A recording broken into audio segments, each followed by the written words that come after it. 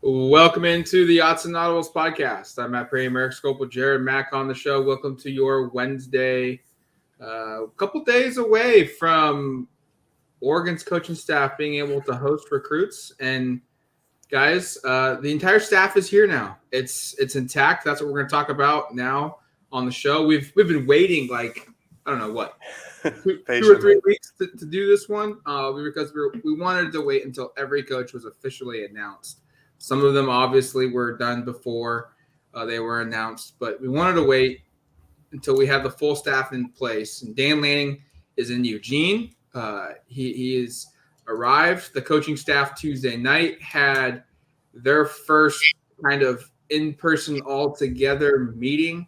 A lot of these guys probably seeing their new digs for the first time this week. And I think you look at the staff as a whole, guys. Let's start here. It's really young, and I think that could be a very good positive thing for Oregon. And it could also be something that you wonder, there's not a lot of experience. Does that hurt them at all in any way? I don't think it will, but I think you have to ask that question. No, it has to be asked, Matt. It does. And in part because a lot of these guys it's not just that they're inexperienced relative to like other coaches out there, but they're inexperienced at these jobs. Like, we've been through this before, so I won't belabor it too much, but Dan Lanning's never been a head coach. Gillingham's never been a play caller. How is Tosh going to I guess Tosh will be in a similar space, Tosh Lupoy, because Dan Lanning will have a huge part in running a defense. But I was going to say, even in Alabama, a lot of people said, was that a Nick Saban defense or a Tosh Lupoy defense? And I guess, again, there'll be similar questions asked now because Dan Lanning will play clearly a large role in what Oregon will do defensively. But you just kind of up and down the list, and it's a lot of guys who've I shouldn't say a lot of guys. Some of these guys who've done this for a decade plus. Other guys who are really new at this. Coach Carlos Lachlan, the running backs coach, like incredible story of his rise. I don't know if we talked about on this podcast of being a law enforcement agent in Memphis and being a volunteer high school coach, and then making a personal decision that he wanted to pursue collegiate football coaching. And within a couple of years of working in a weight room at Florida State, he's now a full-time running back coach at Oregon. This is his second full-time collegiate football on-field position. He was also the running backs coach at Western Kentucky. But that's another interesting story of a guy who has some inexperience. He's not quite as young as some of the other guys. He's not a sub-35, which I think by my count there are four of, maybe five on this group if you count some of the off-the-field guys. So it is a young staff. It's really interesting. It's definitely a deviation from previous Oregon staffs. When you go back to what the school's football staff looked like under Chip Kelly or Mark Helfrich, that was a lot of people who'd been in Eugene for 20 years and that were in their 50s and 60s. Yep. Under Murray Cristobal, it was kind of a mix of youth, but also some of these more veteran guys, obviously not ones that had been in Eugene quite as long, but collectively this is definitely a change. I do like it. I'm intrigued by it. I think we can get into a lot of reasons why, but just a thing off the cuff for me is just the recruiting angle here of a lot of these guys have track records that are very impressive as recruiters, bringing in five-star talent. And I think the other part in terms of the recruiting thing is it's not just the success they've had, it's, the multitude of, I guess, geographical success, the fact that there have been pretty multiple in terms of whether it's the Southeast for Tosh Lupoy, but he's also been, very successful on the West Coast. A lot of these coaches have been in different parts of this country, and I think that'll play a role. And I think maybe the one portion you feel like is maybe a little lacking is maybe the Northeast, but even Joe Lorig spent some time up there, and Drew Maringer spent some time up there. So I think it's a really interesting staff from a recruiting perspective. I think it's a really interesting staff overall. The youth is what I'm most interested in, and I think it's absolutely fair to question the coaching pedigree and the talent that necessarily brings in, because, like Eric said, a lot of these guys haven't been full-time guys yet, meaning full-time play callers. Carlos Lachlan hasn't been a full-time collegiate on-the-field coach yet. Hasn't really come close to that. I mean, his biggest coaching experience was coaching in high school, which is great. So it'll be an interesting ride to follow. But there are a lot of guys who have been coaching on the field and have had, like Joe Lorig, like Eric mentioned, is Penn State's defensive or special teams coordinator, and he's been having that position for almost 2 decades now. in college football. And so coaches like that are absolutely necessary. But the youth movement, I think, is a great example of where a lot of football is headed to in general. College football usually doesn't take that route, or they usually go something different than the NFL. Last, I don't know, probably 5 or 6 years, the NFL has kind of gone in this youth movement with Sean McVay and Kyle Shanahan and that kind of coaching tree, and have been trying to see if they can get a competitive advantage or just bring a new mind into the game. And for some reason, I do feel like that's kind of what Oregon is doing. Maybe they did that coincidentally. Maybe they did that with a purpose by hiring Dan Lanning, who's a Kirby Smart disciple, because now Kirby has been the head coach for so long that he's beginning to have these disciples, and it's not just who worked with Nick Saban the longest. So I think this will be a really good test to see how maybe a good test to see how Kirby Smart is as a head coach and a mentor, but also a good test to see if this is a sustainable movement. I also think it's interesting on the overall shape of college football, where you see Oregon and schools like Oklahoma open up and they both hire defensive-minded head coaches. I'm not sure if that's going to continue to be a trend overall in college football, where they shy a little bit away from offense. But I've said on this podcast in the past, I do think that finding an elite defensive mind is much harder than finding an elite offensive mind. And if you can secure an elite defensive mind, I feel like that is a significant upgrade compared to finding an elite offensive mind. And it's somebody that you would like to keep around for a long time, because as we saw Monday on the national championship, defense can really solidify your chances of winning the national championship. Both Georgia and Alabama's defenses are, 2 top 10 programs in the country. Georgia's probably number one. Absolutely. I don't know, not probably. They are number one. I mean, you just watched them play all year long, and it was ridiculous what they did. So, bringing that type of defense and mentality to Eugene is going to pay massive dividends down the line. Obviously, it helps Georgia when they have like 15, 16 5-stars on the roster. So that'll always help. But, Oregon has their own special playmakers on their team. They have their own set of talents. And Lanning at his age is able to go and recruit from a high level. We've heard a lot in college football that recruiting is a young man's game. The staff is a young man's staff. A lot of guys just barely over 30, in their mid-30s, who have already had a great track record of being a good recruiting staff. So I'm really excited to see where that develops. The coaching pains in year one will certainly be there, just like they are with any staff, and every staff in the country, not even just in year one. But I think regardless, it's a huge step in the right direction for Oregon going forward, especially post Mario Cristobal. Dan Lanning obviously comes from Georgia. He was their defensive coordinator. Kenny Dillingham is Oregon's offensive coordinator. He was quarterbacks coach and OC at Florida State. Tosh Lupoy is the defensive coordinator out of Oregon. He came from the Jacksonville Jaguars. And then associate head coach, offensive line coach, Adrian Clem. Junior Adams is the co-offensive coordinator, receivers coach. Joe Lorig is the special teams coach, as well as Nichols. Matt Powledge is the co-defensive coordinator. Carlos Laughlin is your running back coach. Demetrius Martin is your cornerbacks coach, passing game coordinator. Drew Maringer is your tight ends coach. And Tony Tuioti is your defensive line coach. I think two things stand out here. One, Tosh Lupoy and Adrian Clem come from NFL jobs. I think that's also a very interesting and very positive aspect of this staff, is they can certainly talk about a lot of these guys. Lanning, Lupoy, I believe Wilson Love, the strength coach, I may be missing one other one, have been on staffs that have won national championships before. Lanning won it this year for a second time. So not only do they have coaches that have said, hey, I've been to the mountaintop, I've won a national championship, I've been a part of a staff that knows how to get there. They also have two guys that say that can go on the road and also on the football field and say, I have coached at the highest of levels in this sport. I know what an NFL player is like. I know how to develop those players. Let me be the one to help you get there. I think those are two interesting aspects of this staff. I think it's huge that you have Dan Lanning.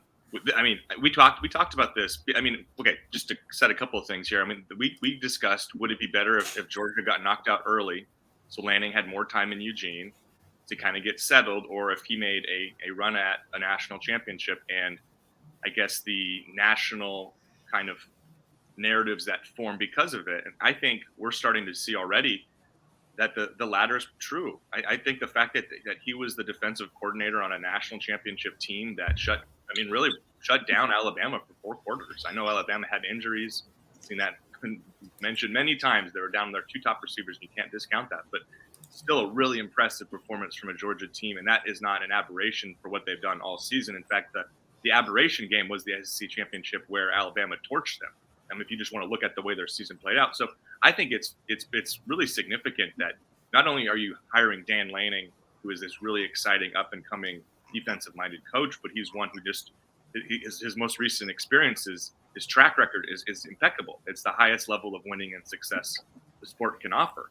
And he comes to Oregon with that. And you heard it on the telecast a couple of times of Dan Lanning, the new Oregon head coach, coaching this defense. And I think that's going to be very significant. I don't anticipate that there are going to be many recruits who are, I guess, disinterested from, especially defensive recruits, playing for a coach like Dan Lanning with his track record right now. That is something that will, I think, open the doors for a lot of recruits. And it'll be interesting to see how this plays out and kind of what the immediate fallout is with this class, because there are still some highly regarded 2022 recruits out there, and there are still some guys in the portal that are highly regarded.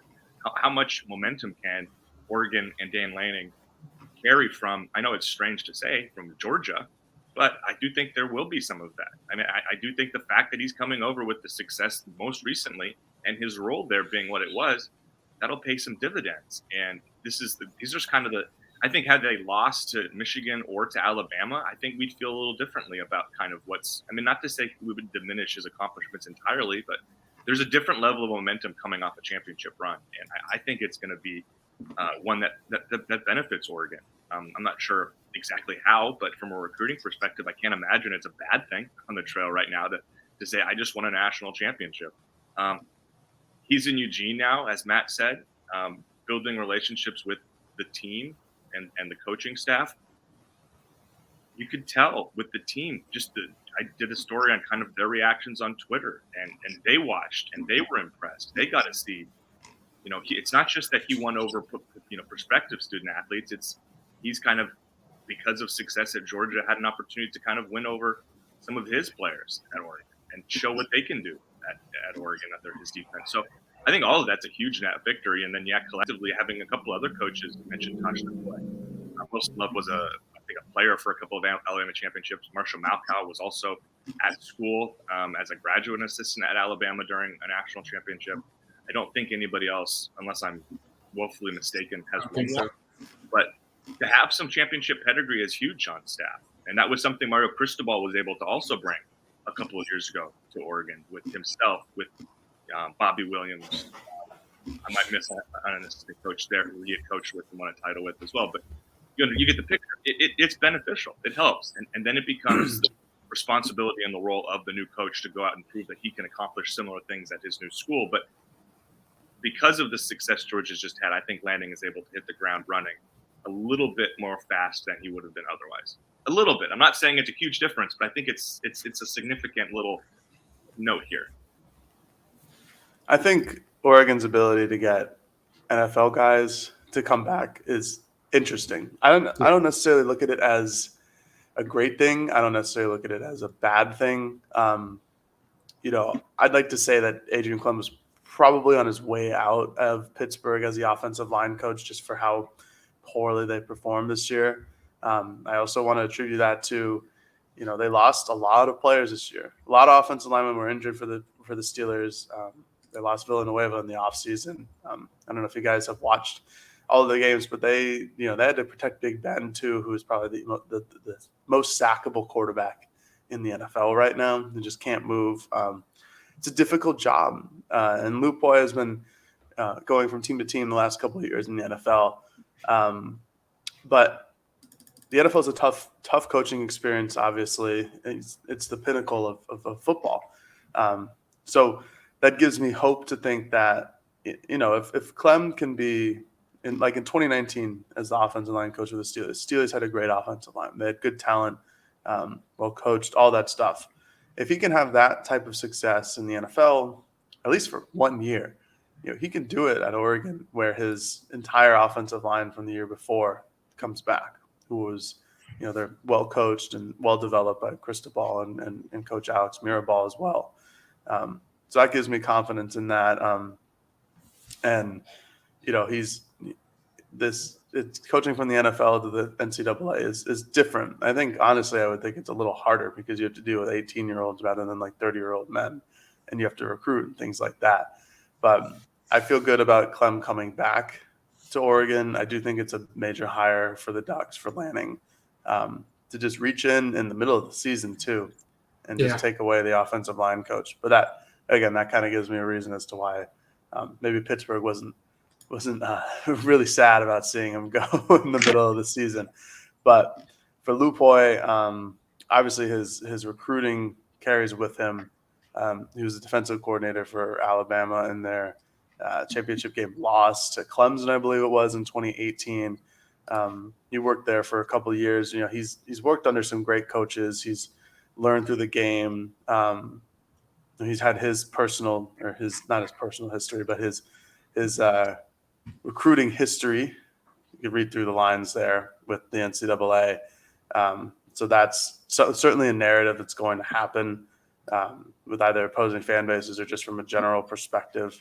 But it's a different era of college football with the NIL deals and everything like that. But I still think that he's going to make an instant impact in this recruiting trail. And on the defensive line, he's another guy who went from coaching NFL athletes on the defensive line to now coaching college athletes. That's going to make an impact on players who are already in the program, players who want to be in the program. They're going to see that he was an NFL coach and have that same mentality. It's similar to how former defensive line coach Joe Salavea was an NFL player.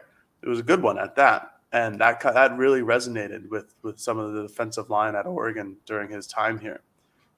So that's going to be another key thing to have for Lupoy. And again, another championship guy, another national championship guy. And Clem brings in, a couple Super Bowl rings with the New England Patriots. Is the first draft pick for the Patriots in 2000. Some quarterback was taken in the 6th round later, but that's another championship pedigree guy that you're bringing in here, and that's a different type of pedigree too. That's the Bill Belichick pedigree. So that's something to keep in notice for. I just wanted to touch on the momentum that Lanning has had, like Eric was talking about.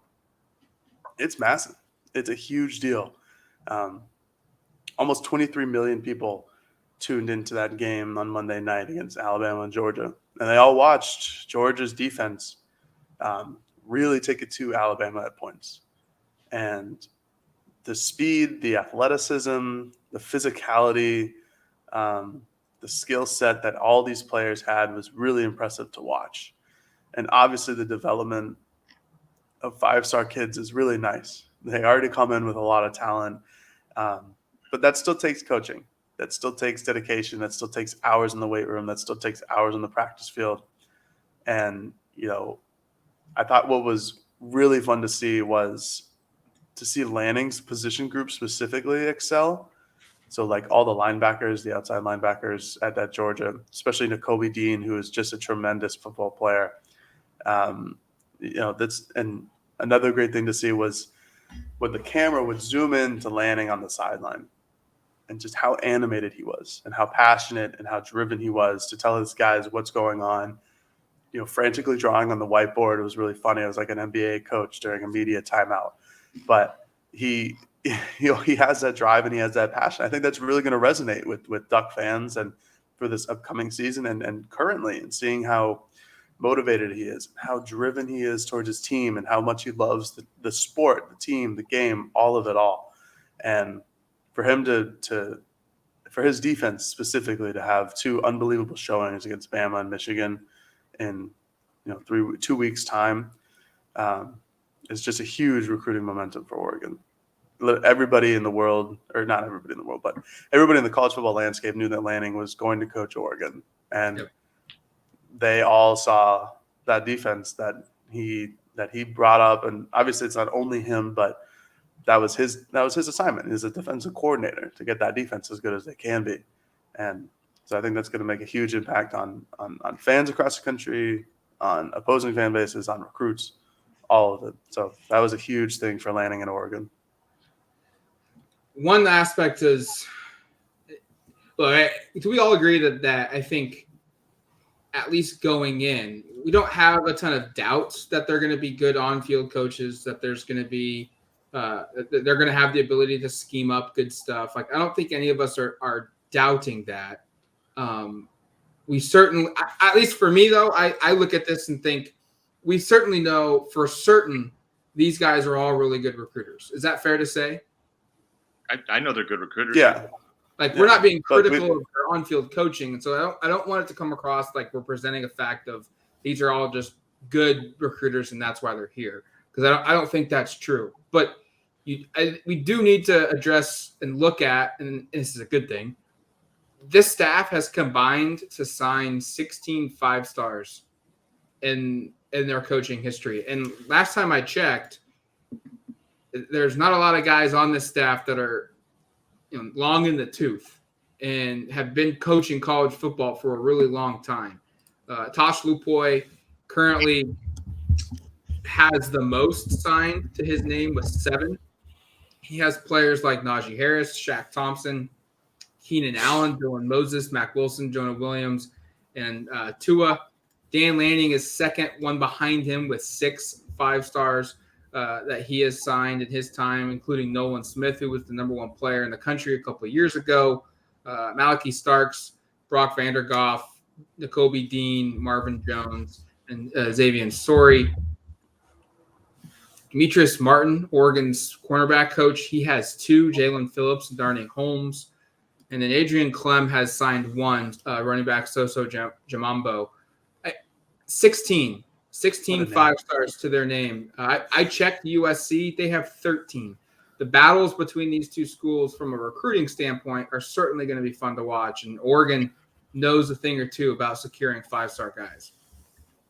Well, I think just a couple things in terms of the national landscape we saw again this year, you need talent to win and to compete. And Georgia and Alabama had the 2 most talented rosters based on the 247 Sports talent composite by a pretty decent margin as well. And they played in the championship game, kind of predictable. To win, you need to have the best players. I mean, just like point blank, that's how it works. And Oregon is recruiting, has a staff in place that can recruit at a very, very high level. And I think another thing that really has stood out to me just in the last couple of years is the Pac-12 has whiffed a lot with a lot of its top talent on the West Coast. I mean, you watch that national championship game, the last 2 touchdowns were scored by players Oregon recruited and missed on. Brock Bowers is a tight end recruit out of Napa, and he's, an absolutely incredible tight end. Gosh, honestly, one of the more impressive true freshman tight ends I've ever seen. I mean, the guy is a stud. And then the touchdown by Keely Ringo to seal it, he's out of Arizona. That's a couple of years ago. Another guy Oregon was in on to the end. I think kind of one of the final schools that he was looking at was Oregon.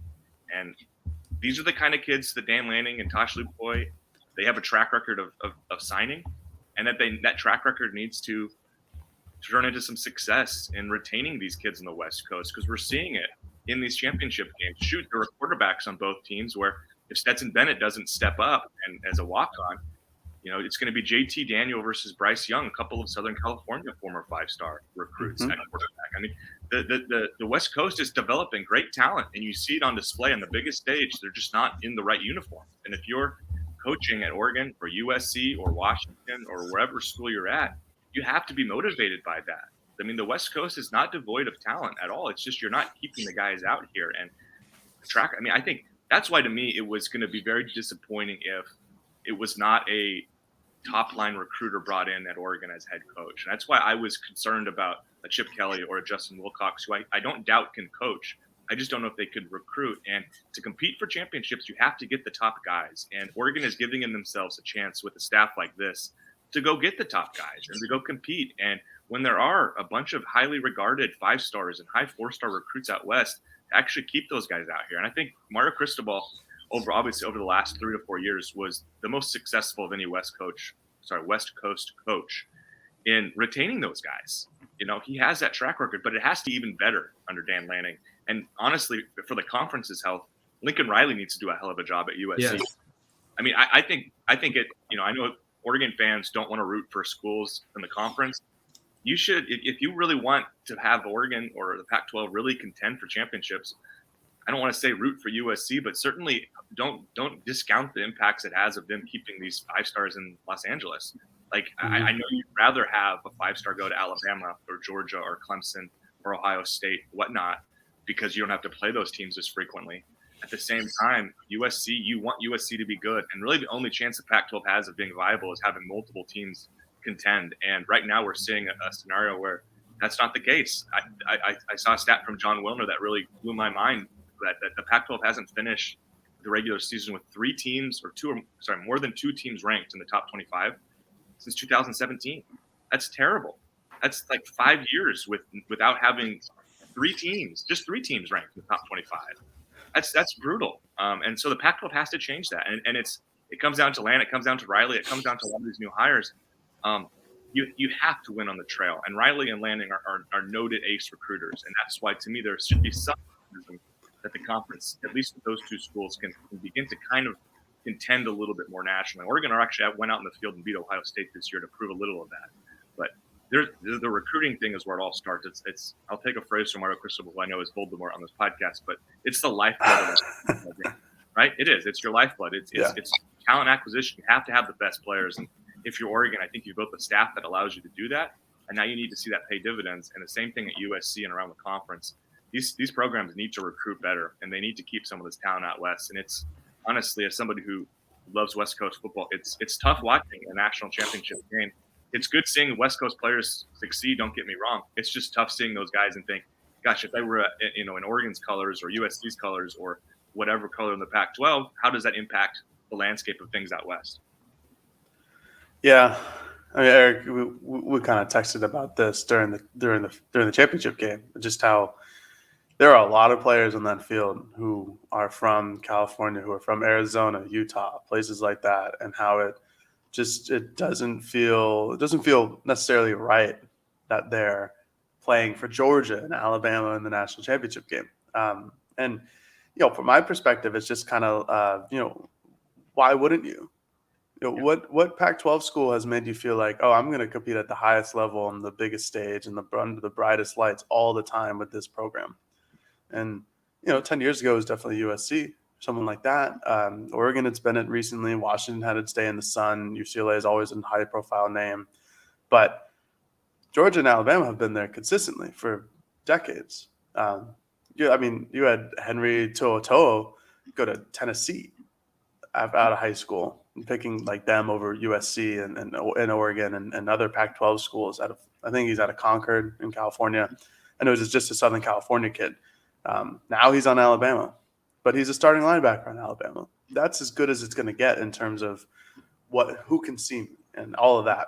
And yeah, Brock Bowers is just unbelievable this year, freshman out of Napa, California.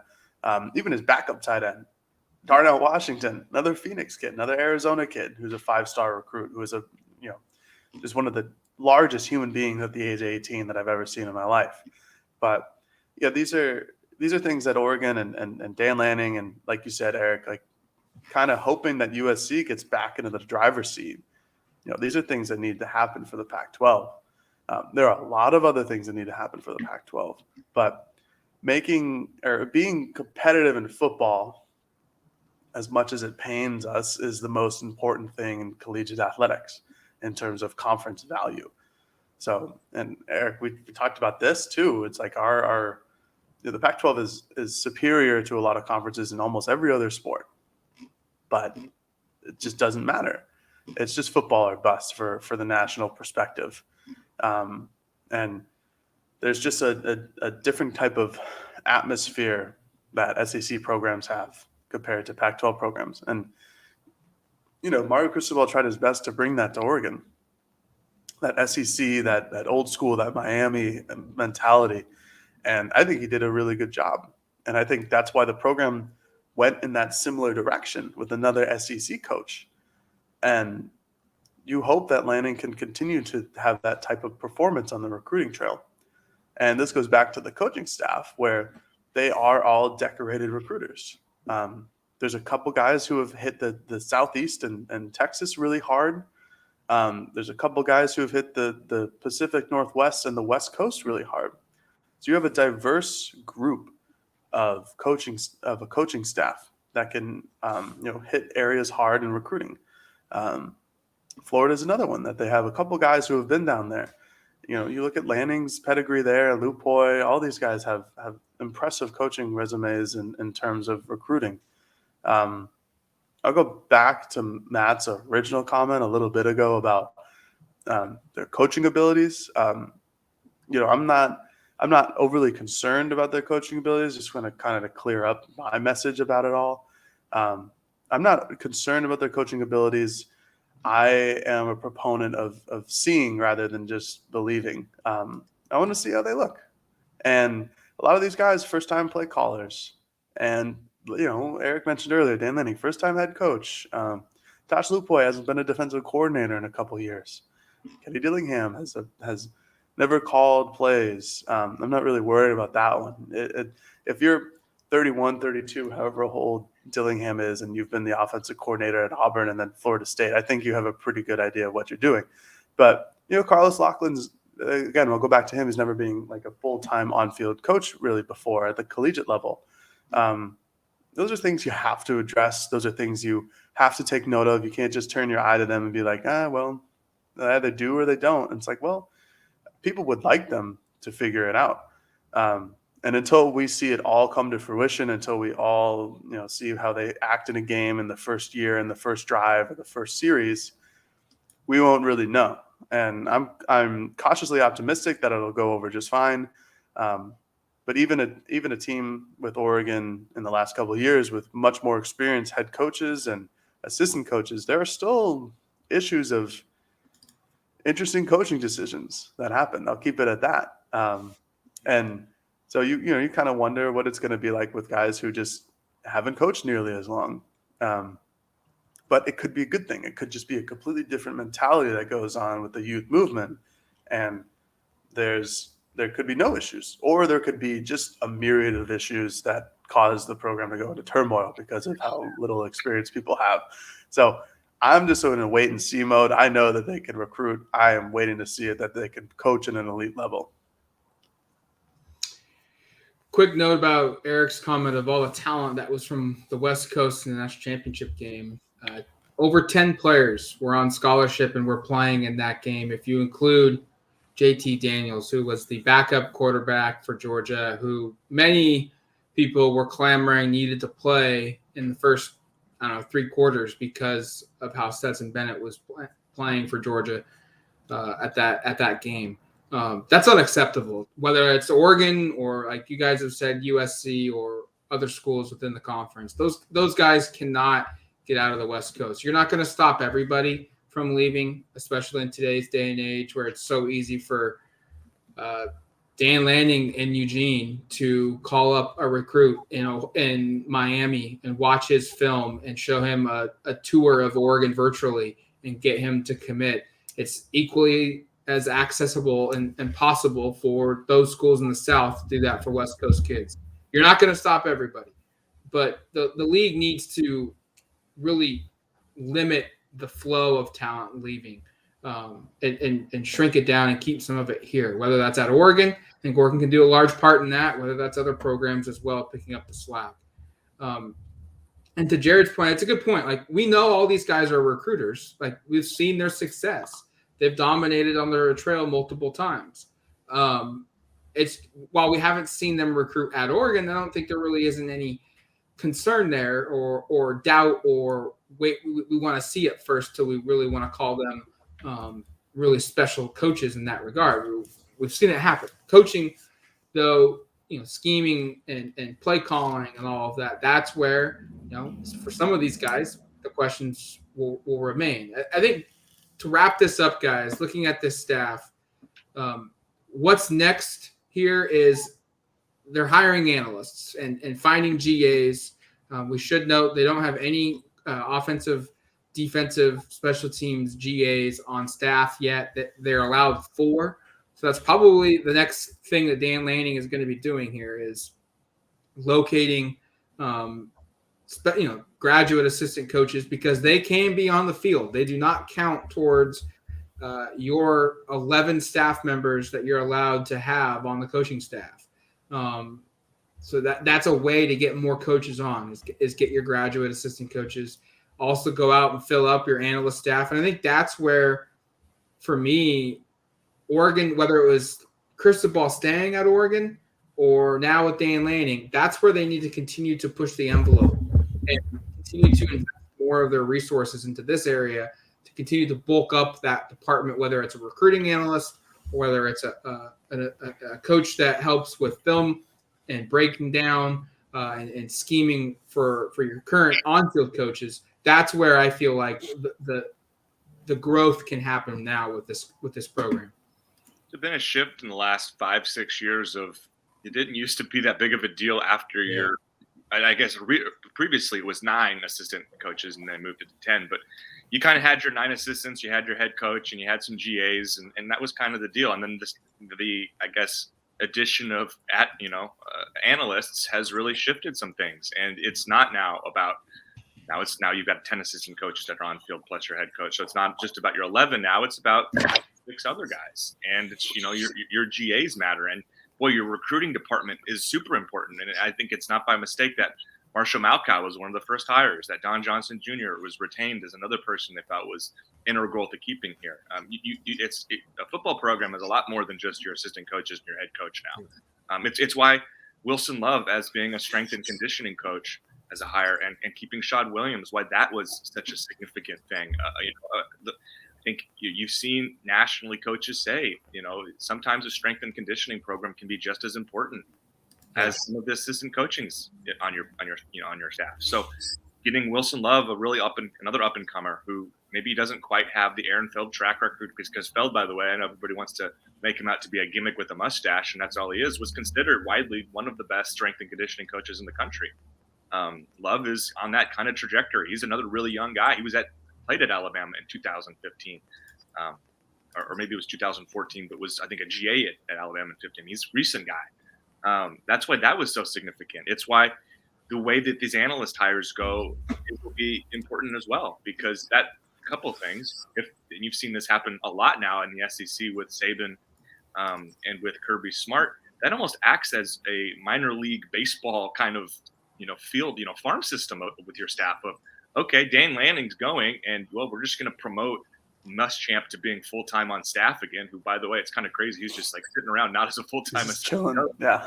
Right? But that's the way it works. And I'm not saying Oregon's not going to have the luxury that Saban or Smart have of having former head coaches as analysts. More than likely, maybe it happens eventually with Lanning if Oregon becomes a destination. But what it will provide is, hey, let's say, I'm not even going to name a coach because it's so preliminary and we're just talking about them being hired, but let's say a couple years down the line, one of Oregon's on-field assistants takes off because they're becoming a head coach somewhere else. Oh, now maybe you have an analyst to take a look at and say, well, he was working under Coach X for the last several years. Maybe this is a natural transition that he's promoted to some sort of role that is similar. Or these analysts themselves become assistant coaches at other places, and then you circle back around in 2 or 3 years and bring them back. I mean, that's what happened with Rod Chance at Oregon. He was an analyst, and eventually he went out and did a little bit of assistant coach at Minnesota for a year or 2, and then came back and was Oregon's corners coach. I mean, that's the nature of the business. So these analyst hires, while it's easy to kind of overlook them because they're not going to be interviewed. We don't get to interview these guys for the most part, unless they're elevated to on-field coaching roles. And they're maybe not talked about quite as much. They're integral parts of this development. And so I know it feels like the staff, the hirings have been kind of completed, and the main ones have been, but there's still some serious work to be done, not just with analysts, but with recruiting staff, with strength and conditioning staff, with other director of personnel positions. There are a couple of guys I know that are waiting to see if their jobs are retained from the previous staff that were in kind of administrative roles.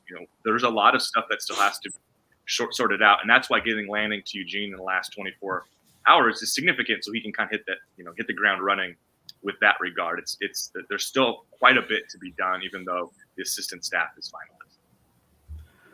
I can't wait to see the 1 million of analysts and off-field staff that come to Oregon in the next couple of months, because that's how it is in the SEC. There is a footage from somebody in the press box who captured the celebration of the Georgia coaching staff running onto the field. First, great moment for Georgia, but holy cow, there's a lot of people who work for that football team and that program. And I think you're going to see something similar to that under Lanning. It may not be the first year because maybe he just won't have enough time, or people won't want to join him, whatever the case may be. But I do feel like you saw that movement into hiring more of analysts off the field and coaches of that matter under Cristobal throughout his tenure, just adding more and more and more people. And I don't necessarily think that's a bad idea, unless you're somebody who doesn't take criticism well, or somebody who doesn't want to listen to other people. More minds, more great offensive, defensive, or just football minds in general that you can talk to about something, learn from, provide different perspectives on things is huge. In a game where you look for the smallest of advantages in every single situation, having as many eyeballs as possible on the situation to try to dissect that advantage is going to be massive for Oregon. And the off-field hirings have already started for Oregon. I think there's only going to be a ton more in the future. And that goes to offensive and defensive roles, special teams roles. But like Eric mentioned, it also goes to recruiting and strength and conditioning. Recruiting has taken off in the last 5 or 6 years, I would say, in terms of just any team can go out and get any player if they try their hardest. And while that is true in some cases, if you're Bama, Georgia, Clemson, Ohio State, it's not true for most teams. But the coast-to-coast recruiting that those 4 teams that I mentioned have showed up, and what we've talked about earlier in the pod has made recruiting even that much more of a staple of every football program. Having general managers for your total football team, which is what Marshall Malkow kind of is. He's the director of football relationships, or I can't remember his official title, but he's like chief of staff. Chief of staff. Thank you. It's a ridiculous title to own in the sport of football, but he owns it. And someone like Matt Lindsay, who was the general manager at Ole Miss, he's not with Ole Miss anymore. I can't remember where he went to, but being the general manager in a football program, something else. You'd think it's a Fortune 500 company, which kind of it is at points. And right, and you need your CEOs, you need your chief of staffs, and that's what Oregon is hiring. That's like a different kind of perspective. It's more of that SEC landscape that Mario Cristobal tried to bring in and did a really good job of. And I feel like now Oregon is just kind of getting into it even more. I think Mario Cristobal brought the foundation, and now Lanning is here to decorate. He is here to make this his own place. He is here to really solidify what they're trying to do. And it starts in the recruiting trail. And I think over time, it's just going to be in general, I'm excited about the program or the direction of the program, where and if you're, imitation is his finest form of flattery. And to try to imitate Georgia or try to imitate Alabama or teams that have won national championships, I don't see that as a bad thing. And I feel like that is, for the most part, what Oregon is trying to accomplish. For me, I feel like most teams should try to accomplish this, because that path wins. And when you have the resources and player development and the player talent on the West Coast like Oregon has, there's no reason not to go after that mentality and design of a program. Just the structure of college football has changed, of building a staff. There's more people involved. There's, the NCAA, 5 years ago, passed a policy change where if you're an employee at the University of Oregon in the athletic department or at the school, you can be involved in the recruiting process on campus. It's not just the coaches anymore. It used to be coaches, but now you can have your analysts, you can have your social media team. If you've got someone in staff at the athletic department that really knows marketing, and every school does, they have multiple people in that regard, but really gets marketing and really gets how to push brands and build brands. That person can be involved and make presentations in a recruiting standpoint to get a player to be interested in your school. And you can have recruiting analysts. One of the coaches that Oregon is supposedly hiring is coming for an analyst role. It's coming from USC. And this coach has a very strong relationship with 5-star Josh Connolly. Because he's recruited in the last couple of years as an off-field coach. And he's look, at USC, their assistant coaches are involved in the process with Connolly. They've got the best relationship probably with him within the USC program. But this analyst that Oregon is supposed to be hiring is probably the person that has the second best relationship ahead of the offensive line coach.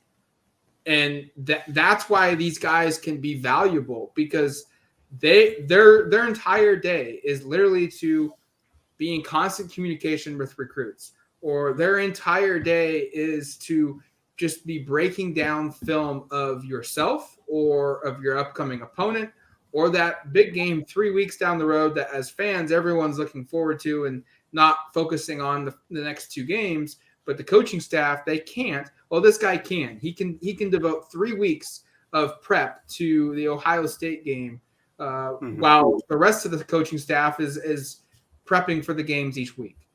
This is why it's so important to build up your off-field coaching staff. No doubt. No, the things have shifted. It used to be a very different game, and you have to adapt. And I think Oregon under Dan Lanning, I don't have any doubts that they're going to do whatever it takes to do so. Yeah. We talked about the youth there. There's an understanding, I think, of what you need to do. And you've already seen them start with some analysts that are supposedly being brought on, and some GAs that are reportedly being targeted. That process is ongoing, and we're going to have updates over the next couple of weeks. I don't know if we'll devote an entire podcast to just analysts, but maybe at some point when things kind of slow down after signing day, maybe sometime in February or March, it'll be worthwhile to, hey, spring ball's here. Here's who are going to be kind of helping out. And you'll see them, you'll see these faces around. I mean, I think Oregon has obviously had numerous analysts under Mario Cristobal, Nate Costa being one. Yeah. Kwame Ajiman being another. Those are 2 former Oregon players that were analysts at Oregon. Those are names that Oregon fans knew. You're going to, I think, familiarize yourself with other analysts. Many of them will not have ties to Oregon. I think that, by the way, I can't really think of anybody that Dan Lanning has hired so far that played at Oregon or went to school at the University of Oregon. I don't think that's a bad thing at all. I think, you saw for a long time it was you needed to have some kind of a tie to the university. That's no longer the case, and I don't think that's a bad thing. It's the best person for the job. There will be instances where Oregon people are considered and maybe are retained. Like a Tony Washington, I know as somebody who played at Oregon, he's been in an administrative role. There's a chance he's retained, but you're not seeing an overarching theme of it's Oregon guys. It's guys from all over the country, and it's the best available. And I think that's the approach that Dan Lanning is taking, and that's the approach he said he would take on his press conference when he was asked about building a staff, but also about building a team with recruits. We're going to go get the best available, and that's the approach, I think, for both. Yeah, I think he's just going to attack it again like he always does, and that's, hard and fast and trying to get the best. And again, I love seeing what coaching staffs can look like with all their analysts. To me, the more the merrier. I think it's always just a better idea to have as many people and talented guys as you can to look at a situation and just try to get something out of it, and then hear different perspectives, and just kind of have a whole different mentality in terms of your coaching staff, and try to diversify it as much as you can from people across the country, just in general, the people, your coaching staff. And I think Lanning's on his way to doing that. And just excited to see which names keep popping up for new roles off the field. It's a good start. It's going to do it for us here on the Austin Audibles podcast. Thanks for listening to the show. Until we come back on Friday, have a good week. Talk to you later, folks. Peace.